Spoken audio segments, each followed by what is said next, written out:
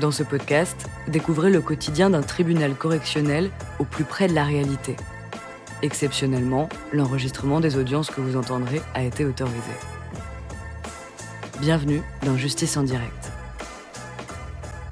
Nous remercions Marie-Hélène Ville, ancienne vice-présidente de la Chambre correctionnelle de Bayonne.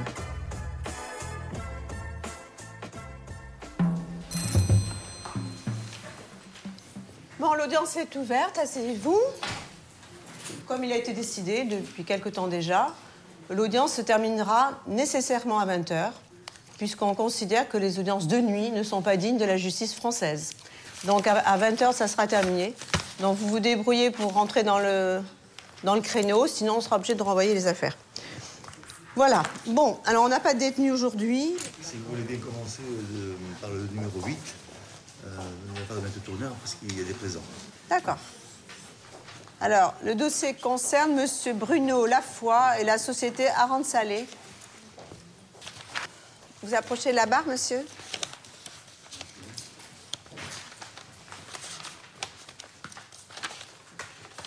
Alors, on va essayer de se rappeler ce qui se passait le 21 février 2007 et le 25 août 2007. Pour cela, nous disposons de 2 procès-verbaux des affaires maritimes.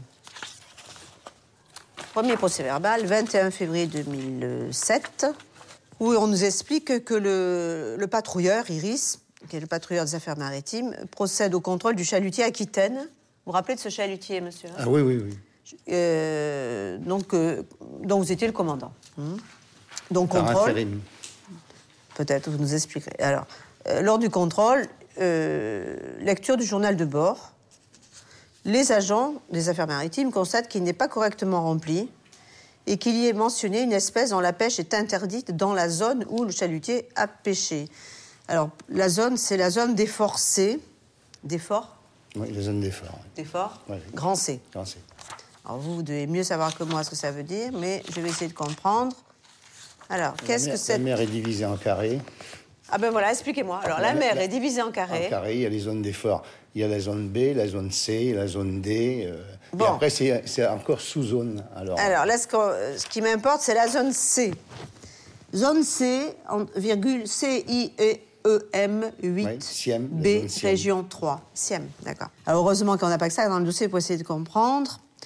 Alors, on nous explique que ce jour-là, pour la journée du 21 février, vous pêchez dans cette zone les quantités suivantes. 44 kilos de cardine, 40 kilos de grondin, 25 kilos de baudroie. On sait également que l'arrêté du 30 janvier 2007 dit que le quota de baudroie attribué à la France est réputé épuisé pour l'année 2007. Donc la pêche à la baudroie était interdite dans cette partie Siem 8C.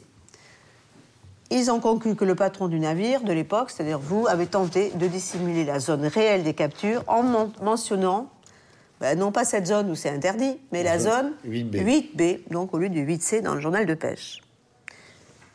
Audition de vous, monsieur, vous reconnaissez avoir pêché en cette zone ce jour-là, et donc vous vous trouvez en infraction pour information erronée, puisque vous avez fait exprès, semble-t-il. Vous vous trompez sur la zone, après je vous donnerai la réponse après, et pêche dans une zone de poissons que vous ne pouvez plus pêcher puisque le quota a été épuisé pour la France. Est-ce que j'ai tout compris? Vous avez bien compris. J'ai bien compris. Alors oui. Pourquoi vous l'avez fait? Alors, il faut que vous sachiez que j'ai un contrat de travail en Espagne. Ouais. Je suis embarqué comme patron français, mais ce n'est pas moi qui dirige la pêche. Ce n'est pas moi qui commande le bateau. Oui. On est juste là comme prête-nom. Enfin, vous êtes sur le bateau quand même. Oui, ah bah oui, j'étais à bord. Vous êtes le pêcheur. Oui, mais c'est pas moi qui décide de mettre en pêche à l'endroit où c'est le patron espagnol. C'est-à-dire qu'on vous demande d'aller à tel endroit. Oui, c'est le patron espagnol qui dirige le bateau. D'accord. Ils ont besoin d'un patron français pour justifier. Et qui fait l'inscription erronée? C'est à moi d'écrire, parce que c'est pas l'espagnol qui va écrire. Et là, vous faites une inscription erronée? J'ai fait une inscription erronée parce qu'on me la demande. Ouais, vous êtes complice quand même. Complice si vous voulez, oui. Donc l'infraction, elle existe. Alors oui, vous allez elle me existe. dire que vous n'avez pas le choix, si vous Voilà, voulez travailler. c'est ça, voilà. Donc, la lotte a été rejetée à l'eau. Hein. Ah bah oui, c'est la Voilà. sanction. Voilà. C'est normal. Voilà ce qui se passe dans le 21 février. Donc vous me dites, je suis commandé par un Espagnol, mais c'est l'armateur, qui me dit d'aller pêcher à tel endroit, je sais que c'est interdit, j'ai pas le choix. Si, vous avez le choix d'essayer de trouver un patron, un armateur honnête. Ça existe? Peut-être? Je préfère pas répondre. Vous préférez pas répondre. Bon. Bon, il n'empêche que l'infraction est caractérisée, vous avez reconnu. Oui. Bon, ça, c'était donc au mois de... Février. Le mois du 21 février. Alors après, on parle de 18 avril 2007, 19 avril 2007, 20 avril, 21, 22, 23, 24. Voilà. On doit être dans la même zone de soi-disant d'effort, Siem 8C. Ce jour-là, même chose, pas de chance, patrouille Iris, le bateau des affaires maritimes qui vous contrôle. Le patrouilleur. Alors, voilà ce qu'il constate. Alors, on sait que vous sortez en mer le 17 avril à 9h. Le 20 avril, vous êtes dans la zone 8B. Puis vous rentrez dans la zone de reconstitution du stock de merlu et de langoustine, zone 8C. Le 21-22, vous êtes toujours dans cette zone. Le 23, encore.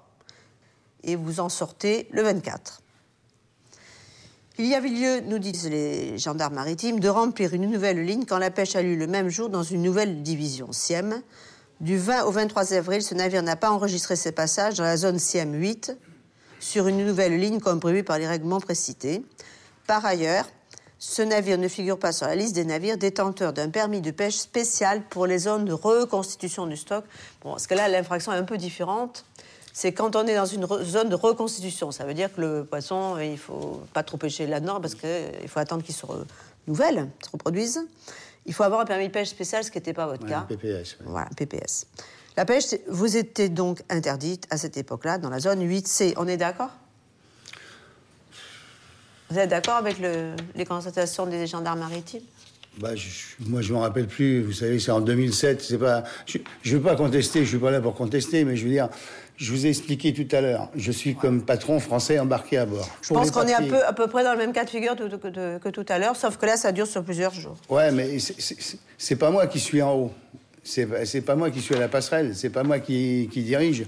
Moi, quand je monte, je monte remplir le journal de le logbook. Si on est en zone 8B, bah, je marque que je suis en zone 8B. Si le patron espagnol, il a travaillé pendant 18 heures dans la 8C, je sais pas. Moi, je suis en bas, je suis en train de travailler. Oui, mais quand on vous reproche d'avoir écrit une information erronée sur le journal de bord communautaire pour le 20 avril, 21 avril, etc., c'est-à-dire que vous ne notez pas que vous êtes dans la zone interdite pour éviter que ça se voit, c'est vous, ça? Ben non. Bah, qui était le responsable du journal de bord? C'est moi qui remplis le logbook, mais je viens de vous expliquer, Madame la Présidente. Ouais. Je travaille sur le pont. Ouais. Le logbook, vous le remplissez une fois par jour. Et qui le remplit? Moi. Bon. Toutes les 24 heures. Ouais. Quand je monte à la passerelle, si on est passé en zone 8B, je ne sais pas si on a été en zone 8C pendant 18 heures. J'étais en bas en train de travailler. Et là, comment il faut faire pour ne pas être en infraction? Ben, il faut rester en haut. Ah, ben voilà. Mais oui, mais moi, j'avais pas le choix. Donc, théoriquement, si vous voulez être dans la légalité, il fallait rester en haut et avoir quelqu'un en bas qui pêche. Non. Mais vous êtes en haut et vous notez effectivement ce que vous voyez, ce voilà. que vous faites. Et lorsque j'ai su que j'étais appelé au tribunal ici, là, ouais. J'ai su le 23 mai, je suis rentré le 25 mai, j'ai définitivement arrêté de travailler. Je suis débarqué du bateau. Vous avez dit, bon, stop, non, je ne veux plus continuer à travailler en infraction. Voilà. Maintenant... C'est grave quand même, monsieur Lafoy. Vous dites, j'ai été obligé d'abandonner mon métier parce que j'en ai assez de répondre à des ordres qui me mettent en infraction, c'est ça? C'est pas nouveau. Ça fait une quinzaine d'années que les franco-espagnols sont gérés comme ça. Si le quartier maritime de Bayonne est le plus grand quartier maritime français, il y a bien raison. Donc, vous avez pris votre retraite? Oui. D'accord. Et la retraite de la pêche, ça permet de vivre? Oui. À peu près. Vous avez retrouvé peut-être un autre emploi? Non. Bon, vous avez l'air d'être un retraité heureux, quand même. Si on veut, oui. Bon. Oui, pas malheureux, allez. Non, je sais pas. D'accord. Vos enfants sont élevés, il n'y a pas de... Oui. Bon. Donc, ça fait une retraite de combien, à peu près? 1841 € par mois. Ouais. Ça permet de vivre, mais enfin, effectivement, c'est pas... Et combien vous gagnez quand vous êtes patron pêcheur? Combien ça gagne un patron pêcheur? Ça peut gagner beaucoup plus que ça et beaucoup moins que ça. C'est variable. Parce que nous sommes rémunérés à la part. Donc ça dépend ce que vous pêchez, c'est ça? Voilà. Vous pouvez partir en mer, revenir. Bredouille. Et l'armateur est en droit de vous dire, ben voilà, les frais sont de temps, tu me dois 63 €. Tu as travaillé 15 jours, mais tu me dois de l'argent. Ça existe encore. Ça existe, mais c'est rare quand même. Non, c'est rare, mais ça existe encore en 2010. D'accord. Voilà. Mais la plupart du temps, il vous dit pas ça, sinon vous continuez pas. Non, le mec, il le fait pas, de toute façon. Bon. La plupart du temps, vous gagnez bien votre vie, alors. Un patron pêcheur gagne bien sa vie. Oui, normalement. Oui. C'est-à-dire, c'est de quel ordre Ça varie entre 2 et 5 000 €, on va dire. D'accord. Suivant la vente du poisson, suivant la pêche. C'est un métier, quand on l'aime, c'est un métier intéressant, quoi. Oui. Mais parmi, d'après le... Comment ça s'appelle? Je cherche mes mots. C'est le métier le plus dangereux au monde. Ah oui, bien sûr. Les pompiers sont bien arrière. Les gendarmes. C'est dangereux, aussi. mais c'est un métier qu'on aime, quoi. Ouais, je crois qu'il faut avoir été piqué avec une aiguille à haute mer. Il faut avoir été piqué par l'aiguille de la pêche. Ouais. D'accord. Plus sérieusement, monsieur Lafoy, oui.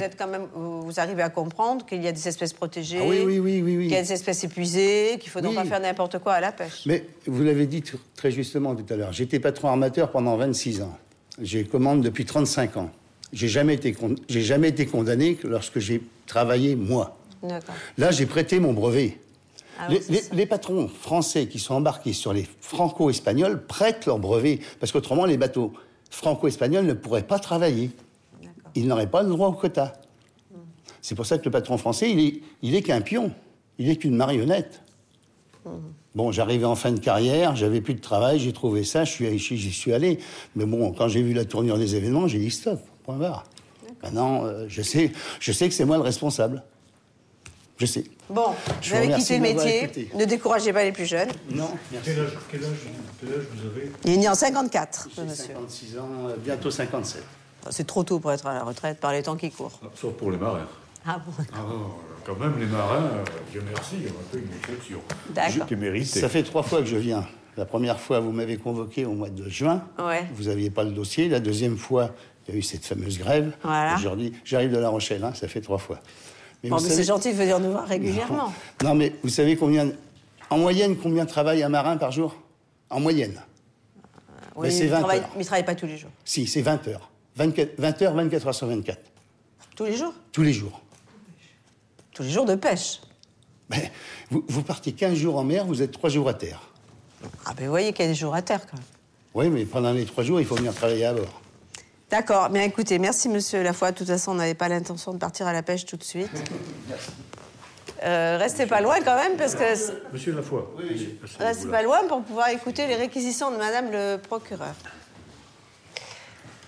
Alors, on a donc le 21 février 2007, dans la fameuse division SIEM 8C, dont je découvre l'existence en préparant le dossier. Cette fameuse division SIEM 8C interdisait la pêche à la baudroie à l'époque, donc en février 2007, où M. Lafoy et son bateau ont été contrôlés. Donc M. Lafoy ne conteste pas cette infraction. Il a pêché 25 kilos de baudroie dans une zone SIEM 8C où il n'avait pas à pêcher ces 25 kilos de baudroie. L'infraction me paraît caractérisée très largement et même reconnue par le mis en cause. Concernant les faits, donc, cette fois-ci, d'avril 2007, donc la pêche maritime d'une espèce dans une zone où sa pêche est interdite. C'est à nouveau, mais donc pas la même date, la pêche à la baudroie, toujours cette division SIEM 8C, où la gendarmerie maritime nous indique, et sauf erreur de ma part, M. Lafoy ne conteste pas sur ce qui a été dit précédemment, que le quota de baudroie était épuisé pour l'année 2007 à la date du contrôle et que monsieur avait pêché, et son bateau, 1120 kilos de baudroie. L'infraction me paraît caractérisée, et pour M. Lafoy d'ailleurs, et pour l'entreprise qui est elle aussi visée à la prévention. Donc vous entrerez en voie de condamnation et pour l'un et pour l'autre, pas de la même manière, dans la mesure où l'armateur a une part de responsabilité nécessairement nécessairement plus importante dans la mesure où c'est lui le donneur d'ordre et que c'est donc à lui que revient la responsabilité principale, même si elle n'est pas exclusive de la responsabilité de M. Lafoy en l'occurrence, la responsabilité principale de l'infraction qui est commise. Considérant aussi que M. Lafoy a un casier judiciaire qui ne porte mention d'aucune condamnation, alors que, nous dit-il, ça fait 35 ans qu'il exerce cette profession à des fonctions diverses, il me semble qu'une amende avec sursis me paraît le plus adapté pour M. Lafoy, et c'est la raison pour laquelle je vous demande de le condamner pour les délits visés à la prévention, à la peine de 3 000 € d'amende avec sursis. Il en va différemment donc pour la société poursuivie. Je vous demande de la condamner à 10 000 € d'amende.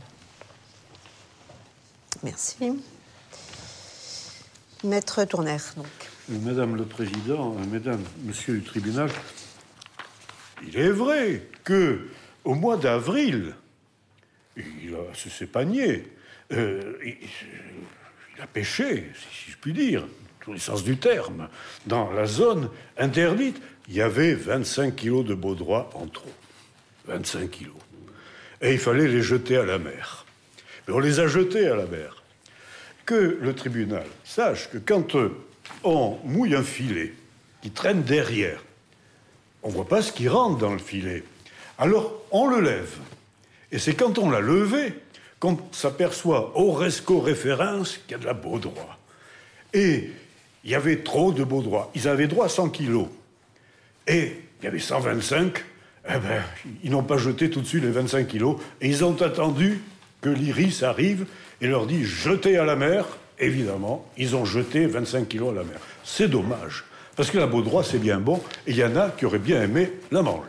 Enfin, cela dit, quand on a pêché de la baudroie et qu'on ne l'a pas jetée, on est coupable. Bon.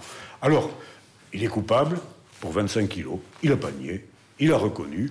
Coupable dans la mesure où, juridiquement, il a, c'est vrai, la responsabilité du navire. Dans le droit français, qui résiste au maximum à l'Europe encore, sur tous les navires européens, un capitaine européen de n'importe quelle nationalité, c'est possible, c'est même obligatoire. En France, il y a une exception, pour combien de temps encore? Il faut que le capitaine soit français. Alors qu'est-ce qu'on fait? Les armements qu'on appelle franco-espagnols, eh bien, le capitaine est français et tout l'équipage est espagnol. Et le patron de pêche, parce qu'il y a un capitaine, et le patron de pêche, c'est lui qui fait la pêche, et lui, il est espagnol. Et le capitaine français, ben, c'est lui qui signe les registres. Donc, il a signé, et le parquet a demandé une amende avec sursis. Il n'est pas accablé. Le parquet, habituellement, est plus sévère. Eh bien, là, s'il n'a pas été sévère, c'est que le parquet a considéré aussi que c'est un homme estimable, qui comparait. C'est un homme qui a travaillé toute sa vie et qui a pris sa retraite à 55 ans. C'est pas un cadeau, parce qu'à 55 ans, on est usé. Quand on a passé ses journées en mer, aujourd'hui, il fait pas chaud, hein. Il n'y a pas de vent, mais ils sont quand même en mer. Et c'est quand même pas facile. Et c'est dangereux. Alors, ces gens-là sont des gens estimables, sont des gens, d'ailleurs, je pense que dans notre histoire littéraire, on a entendu parler d'eux. Vous connaissez tous L'homme et la mer. Homme libre, toujours tu chériras la mer. La mer est ton miroir, tu contemples ton âme dans le déroulement infini de sa lame, et ton esprit n'est pas un gouffre moins amer, n'est-ce pas? Baudelaire. Merci beaucoup de nous aérer un petit peu. Bon, le tribunal se retire pour délibérer. Le tribunal rend ses décisions. Alors, en ce qui concerne Monsieur Lafoy, il est resté Monsieur Lafoy. Monsieur Lafoy, la société Rente Salée.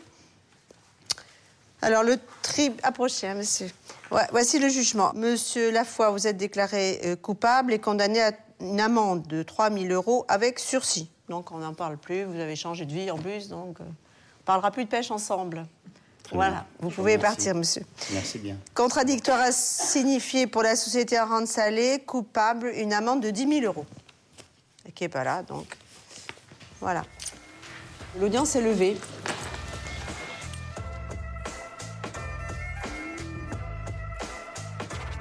Vous venez d'écouter Justice en direct, Si vous avez aimé ce podcast, vous pouvez vous abonner sur votre plateforme de podcast préférée et suivre Initial Studio sur les réseaux sociaux. Justice en direct est une coproduction Initial Studio et Morgane Productions. Ce podcast est une adaptation de la série documentaire En direct du tribunal, produit par Morgane Productions, écrit par Samuel Luret et réalisé par Nathalie Kawam. Production exécutive du podcast, Initial Studio. Production éditoriale du podcast, Sarah Koskiewicz. Montage, Camille Legras. Musique, La Grande Table. Illustration, Paul Grelet. Avec la voix de Pauline Josse.